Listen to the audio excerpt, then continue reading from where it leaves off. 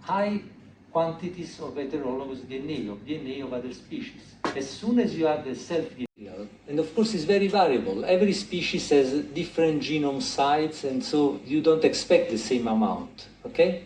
But what is surprising is that after decomposition, in all cases, but for one, that is the first one, the DNA content of the decomposed material is increasing. In some cases is an unbelievable increase. And of course, the DNA that is here is a mixture of the original DNA from the plants and the DNA of the microbes that did the turnover on that material, okay? In the first case I mentioned, this is the only one different. Pinus is a conifer, very acidic litter, and we know that acid can degrade DNA. So at the end, you find very little amount of DNA in the humus of Pinus trees, okay? Okay, sizable at species level. Their size will be between 50 and 5,000, 10,000 base pairs, okay? So it's fragmented, but it's still there. So, the discovery was very simple. If you put self-DNA, they are very healthy. Simple like that. But then, discovery number 2, this effect was observable on other organisms across kingdoms, protozoa, fungi, algae, all of them. You could see the inhibitory effect species-specific. And when you move to insects and animals, higher animals, then it becomes exciting, I would say, because you can stop the cycle of metamorphosis of a larva. Okay? And if you add on the top, I say smiling, if you add on the top of the meat some tomato DNA.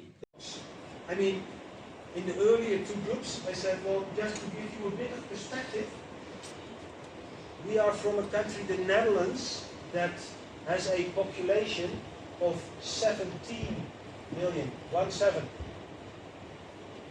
And rabies in India. I mean, the scale of things, the urgency of things, get a kind of level that is really staggering. Okay, talking ambivalence, it comes. The last 2 slides that I want to show is the one that I birth paths that have to be taken away. And it is a kind of exploitation of the female body where you can think of, like, is that what it's all about with our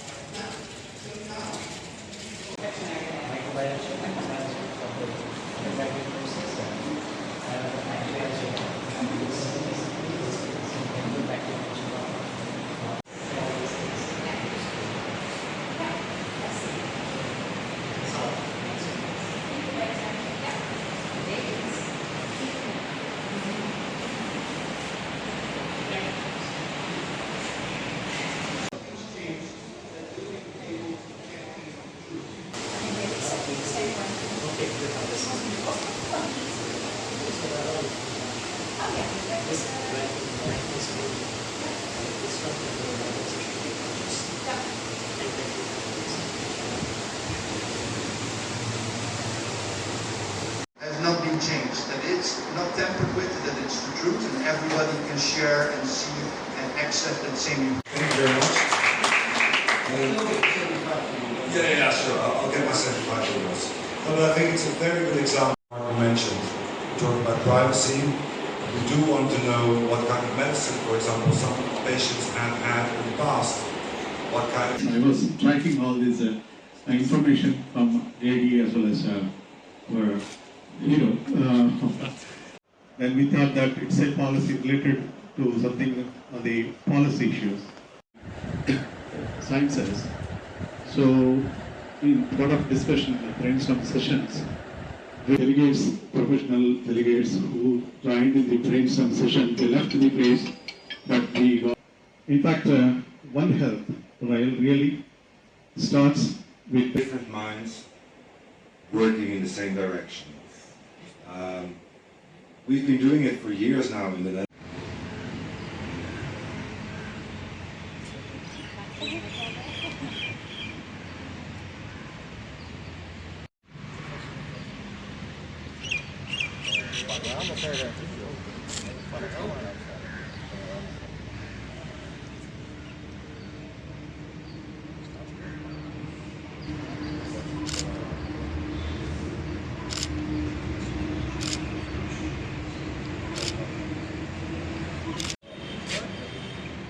వచ్చేయ్ తీసుకో.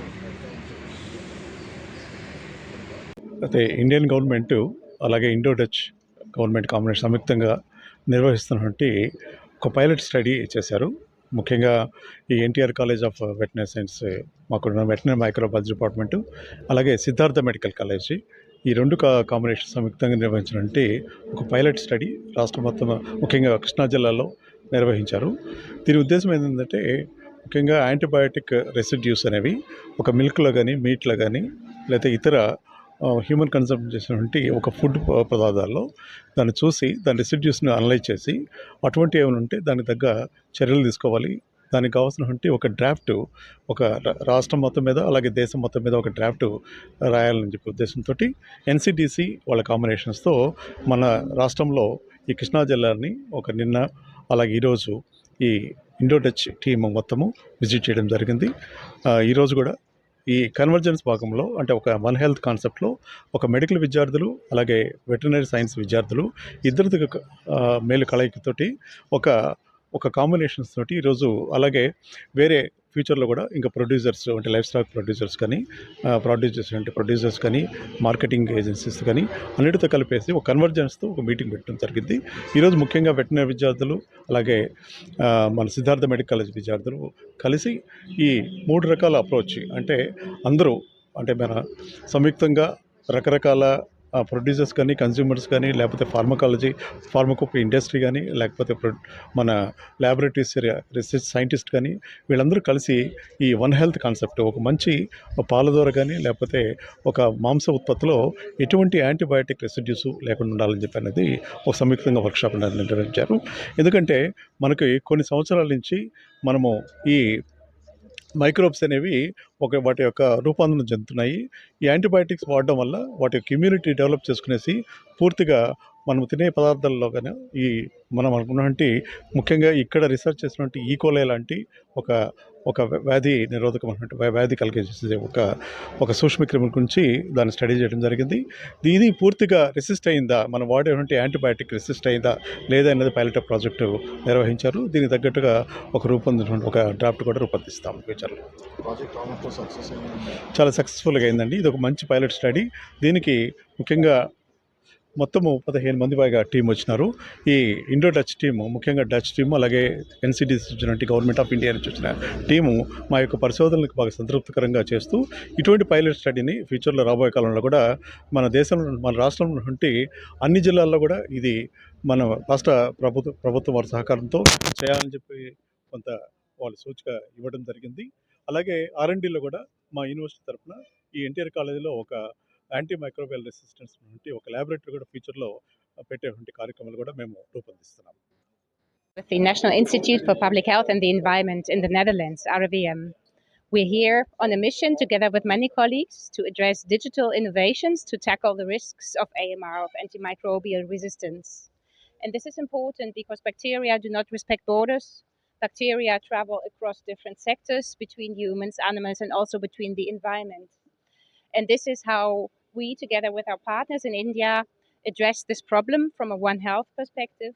And we tackle AMR by first gaining knowledge on the prevalence of resistant bacteria in all these compartments, and then using this knowledge to provide useful interventions, for example, in the field of infection prevention and control in hospitals. It has been a great pleasure for us to be here for the first time since the COVID pandemics, to meet with our colleagues with which we interacted a lot during the last years and did a great job in tackling the first phase of this One Health project, which we are happy to continue in the following years. Pardon me? How many members will be come here? We are a mission of 20 people from the Netherlands. It's a mix of different expertise. We have government representatives, we have companies, we have different expertise in hand on animal husbandry, animal health, as well as public health from different sectors. And we unite this expertise to provide solutions and help and interact with our Indian partners here. Project on antimicrobial resistance అంటే బ్యాక్టీరియాలో యాంటీబయాటిక్స్కి ఎంత resistance develop అనేది study చేయడం కోసం మన health కింద హ్యూమన్లోను మనుషుల్లోను జంతువుల్లోను పర్యావరణంలో ఎంత ఉంది రెసిస్టెంట్ చేయడానికి Indo Dutch pilot project start అయింది. దీని కంక్లూజన్ సందర్భంగా డచ్ డెలిగేషన్ వచ్చి స్టూడెంట్స్తో మెడికల్ వెటర్నరీ స్టూడెంట్స్ ఇంటరాక్షన్ జరిగింది. దీన్ని ఫర్దర్గా ఎంత ఎక్స్పాండ్ చేయాలనే ఉద్దేశంతో ఇవాళ డిస్కషన్స్ జరిగినాయి. క్లుప్తంగా చెప్పాలంటే దీని గురించి ఈ రీసెర్చ్ని ఇంకా ఫర్దర్గా టేకప్ చేస్తారు. ఇది ఇవాళ సెషన్ ముఖ్య ఉద్దేశం.